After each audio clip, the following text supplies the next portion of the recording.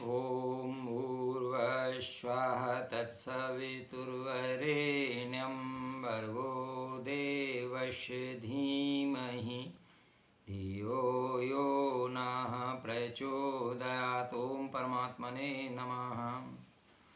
क्वै निरोधो विमूढस्य निर्बन्धं करोति वै स्वात्मारामस्य धीरस्य सर्वदा सावकृतिमः।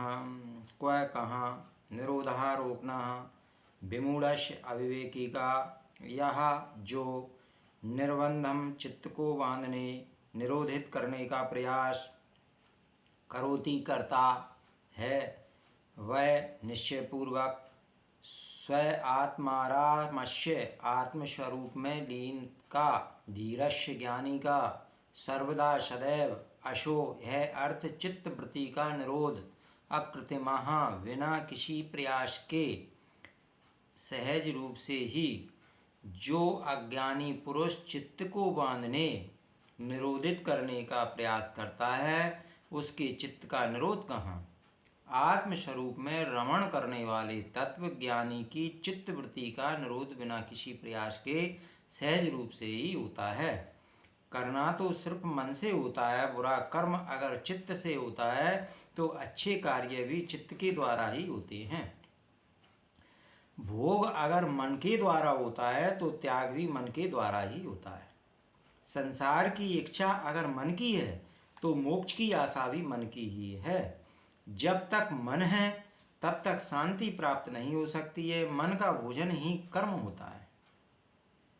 बिना कर्म के वह रह ही नहीं सकता। इसलिए महर्षि अष्टावक्र कहते हैं कि जो दृढ़ता के साथ चित्त का निरोध करते हैं, यह भी मन के ही कारण हैं, जिससे कभी चित्त का नियंत्रण नहीं हो सकता, बल्कि चित्त और अधिक सुदृढ़ हो जाता है, अहंकार में और अधिक वृद्धि हो जाती है। इसलिए अज्ञानी को कभी शांति प्राप्त नहीं हो सकती, परंतु वह ज्ञानी जिसने आत्मा को जान लिया है, जो सदैव आत्मा में ही निवास करने वाला है, वही शांति को उपलब्ध होता है।